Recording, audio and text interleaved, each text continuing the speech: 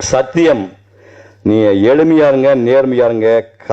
கல்வியும் ஒழுக்கமும் தான் உங்களை காப்பாற்றும். இந்த ஒழுக்கம்னு ஒரு அப்டிராக்ட் வார்த்தையை நினைக்காது. ஒழுக்கம் நல்ல பழக்கம் தான். ஒழுக்கம்னா என்ன உலகத்தில் தான் நினைச்சுக்காதீங்க, நல்ல பழக்கம் தான். என் நாக்கிலே காஃபி டீ பட்டு 59 வருஷம் ஆகிறது. தேவையா உங்களுக்கு? ஒரு மசாலா தோசை சாப்பிட்டா எனர்ஜி, காஃபி சாப்பிட்டா எனர்ஜியா? தேவையா உங்களுக்கு காஃபி? 15 பைசா காஃபி 1958. அந்த காஃபியை தவிர்த்து நான் மசாலா தோசை சாப்பிட்டேன். அதனால தான் அங்கிருந்து மகாபலிபுரத்துக்கு சைக்கிளில் போக முடியும், 56 கிலோமீட்டர். புரியுதா? காஃபி டீ சாப்பிட மாட்டேன், மது இருந்த மாட்டேன், புகைக்க மாட்டேன். இதெல்லாம் ஏன் சொல்கிறேன் என்றால், எனக்கு முன்னால் வாழ்ந்த மகத்தான சாதனை புரிந்த மகத்தான நடிகர்கள் எல்லாம் 72 வயசுல போயிட்டாங்க. இது பெருமைக்காக சொல்லவில்லை. மகத்தான சாதனை புரிந்தவர்கள் எல்லாம் 72 வயசுல போயிட்டாங்க, 73 வயசுல. உலக புகழ்பெற்ற நடிகர்கள் எல்லாம் 72, 73 போயிட்டாங்க. நான் 75 வயசுல நிற்கின்றேன். 70 வயசுல மகாபாரதம் பேசினேன். இது எதுக்காக சொல்லணும்னா, மகாபாரதம் பெரிய காவியம். அது 2 மணி நேரம் மகாபாரதத்தை 4 வருஷம் ஆராய்ச்சி பண்ணி 2 மணி நேரம் பேப்பர் ரெஃபரன்ஸ் இல்லாமல் ஒரு சொட்டு தண்ணி குடிக்காம உங்களமா இளைஞ 5000 பேர் ஒரே ஸ்டேஜ் 2 மணி நேரம் பேசினா அது காரணம் அந்த ஒழுக்கம், உடம்பை பேணுதல். நீங்க உடனே பார்த்தோன்னா மொத்த பொதுவாக பார்க்குறீங்க. ஏன்னா சின்ன பிள்ளைங்களுக்குலாம் அது அருமை தெரியாது. அங்கிருந்து பார்த்தா சிவகுமார் அப்படிங்கிறீங்க. சிவகுமார் இது சிவகுமார் இல்லை. நீங்கள் பார்க்க சிவகுமார் உடம்பு. இந்த உடம்பு இங்கே அந்த பக்கம் போயிட்டு வர்றதுக்கு உயிர் வேணும்.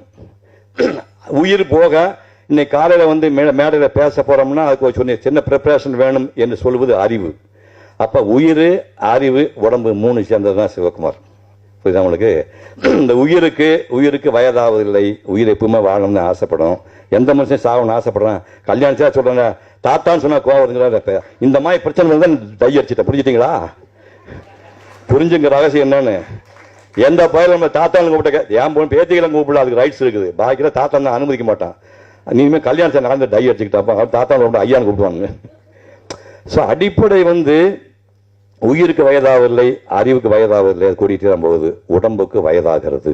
அவர் மூட்டு வலியும்னாரு, அதெல்லாம் எனக்கு வராது. ஏன்னா நான் காலையில் 4:30 மணிக்கு எழுந்து 1 மணி நேரம் வாக்கிங் போயிட்டு வந்திருக்கேன். நான் யோகா 56 வருஷமா பண்ணிட்டு இருக்கேன். 38 ஆசனம் பண்ணேன். இப்போ குறைச்சிட்டு 8-10 ஆசனம் பண்ணிட்டு இருக்கேன். இந்த உடம்பு தான் உங்களோட அடையாளம். உட்கார்ந்து யாரையும் சொல்றேன், இந்த முகம், இந்த கண்காது, இந்த மூக்கு, இந்த உடம்பு தான் உங்க அடையாளம். இதை வைத்துத்தான் எதை வேண்டுமானாலும் செய்யணும். இந்த உடம்பு தான். இதை அல்லாமல் நீ எதுவுமே செய்ய முடியாது. இந்த உடம்பை நீ பாதுகாக்கவில்லை என்றால் நீ ஆசைப்படுவே. கண்ணதாசன் சொன்னார், 80 வருஷம் வாழ ஆசைப்பட்டேன், இறைவன் ஆயுளை குறைத்து விட்டான்னு. இறைவன் ஆயுளை குடிக்கல. நீங்க குடித்த மதுவும் நீங்கள் குடித்த விளையாட்டு புகையும் தான் உங்க ஆயுளை குறைத்து விட்டது.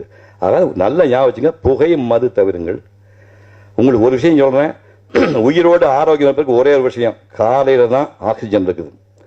அதிகாலையில தான் சுத்தமான ஆக்சிஜன் இருக்கு. 4:30 மணி 5 மணி வாக்கில் கிராமப்புறத்து குழந்தைங்க இருக்கிறீங்க, சிட்டியில் யாரா இருந்தாலும் சுத்தமான காத்து காலையில் இருக்குது. எவன் ஒருவன் காலையிலே அதிகாலை சூரியனை பார்க்க வேண்டும் என்று ஆசைப்படுகின்றானோ, என் பேரம் பேதி உள்பட சொல்ல, காலை அதிகாலை சூரியனை பார்ப்பவனுக்கு 10 ஆண்டு போனஸ். 10 ஆண்டு போனஸ். எவன் ஒருவன் இன்றிலிருந்து காலை சூரியனை அப்புறம் போய் படுத்துங்க, அதிகாலை சூரியன் பார்க்கணும், 10 ஆண்டு உங்களுக்கு போனஸ். கிட்டத்தட்ட 50 வருஷம் யோகா பண்ணிட்டு மார்னிங் அவசியம். இன்னைக்கு காலையில் நிகழ்ச்சிக்கு போறான்னு தெரிஞ்சு காலையில் 5:30 மணிக்கு போன போட்டில் போனால் 6:30 வரைக்கும் வாக் பண்ணிட்டு வந்திருக்கிறேன். அந்த ஆக்சிஜன் ஒன்று தான் மனிதன் உயிரோடுவதற்கு. உணவு அப்புறம் உணவு இல்லாமல் கூட 1 மாதம் இருக்கலாம், தண்ணி குடிச்சு இருக்கலாம். தண்ணி இல்லாமல் 1 வாரமே தண்ணி குடிச்சு சாப்பிடலாம். காற்று இல்லாமல் வாழ முடியும். நம்மளே சாமியார் கிடையாது, பூமிக்குள்ள போய் 48 மணி நேரம் ஒழிஞ்சிக்கிறதுக்கு. நமக்கு காற்று இல்லாமல் வாழ முடியாது. அந்த காற்று, இந்த ஆக்சிஜன் ஒன்று தான் ரத்தத்தை சுத்தப்படுத்துது. 2வது ரத்தத்தை சுத்தப்படுத்த வேலையை தண்ணி பண்ணுது. அதனால் தயவு செய்து என் குழந்தைக்கு சொல்ற, ஏன் சிறுமில் வேலை பார்த்தாலும் 8 டம்ளர் தண்ணி குடிங்க. அந்த தண்ணி வழியாத்தான் ரத்தத்துக்கு அழுக்கெல்லாம் யூரின் வழியாகவும் வேறு வழியாக போகுது. தண்ணி குடிங்க, வேலைக்கு சாப்பிடுங்க. கொண்டுடுவாங்க முதலாளிங்க. நீ என்ன பெரிய சாப்பிட்டாரு, என்ன போய் அதாவது ஏ கிளாஸ் கைதிகள் தான் நீங்க. சிறுமில் வேலை பார்க்குற கைதிகள் தான் நீங்க. 1 லட்சம் வாங்கினா நீ கைதிகள் தானே, நீங்க என்ன பண்ண முடியும்? உங்களுக்கு நான் காலையில் பார்க்குற 4:30 மணிக்கு அந்த பேக்கை போட்டு இந்த பசங்க போடுற பார்த்தா தண்ணி கூட குடிச்சுப்பான்னு டவுட் ஆகுது. தண்ணி 8 மணி நேரம் தண்ணி, 8 தடவை தண்ணி விடுங்க. வேலைக்கு சாப்பிடுங்க. அம்மா மேலே கோவம், அப்பா மேலே யாரும் கோவம் வந்து வீட்டை விட்டு வெளியே போகும்போது வெறும் வயிற்றோடு போகாதீர்கள். முந்தின நாள் பழைய சாதம் ஒரு கை எடுத்து போடுங்க. இன்னைக்கு காலை நான் சாப்பிட்டு வந்தேன். ஒரு கை பழைய சாதம், 1 டம்ளர் மோர் போட்டு அடிச்சு கொஞ்சம் உப்பு போட்டு, எவ்வளவு கோவம் தான் சரி, ஒரு சின்ன வெங்காயம் 2. இதை விட எளிமை எப்படியே உடம்பு கிடைக்கும்? இதை விட எளிமை எப்படி சாப்பிட முடியும்? ஒரு கை சோறு, பழைய சோறு, 1 டம்ளர் பழைய மோர், உப்பு புளிச்சு போனால் பரவாயில்ல, ஒரு 2 சின்ன வெங்காயம் போட்டு சாப்பிட்டீங்கன்னா உனக்கு அல்சர் வராது, பிரச்சனை வராது. இதை நான் இன்னும் சாப்பிட்டு கொண்டிருக்கின்றேன். இந்த 50 வருஷ வாழ்க்கையில நான் வெறு வயிற்றோடு இந்த என் வீட்டை விட்டு போனே கிடையாது.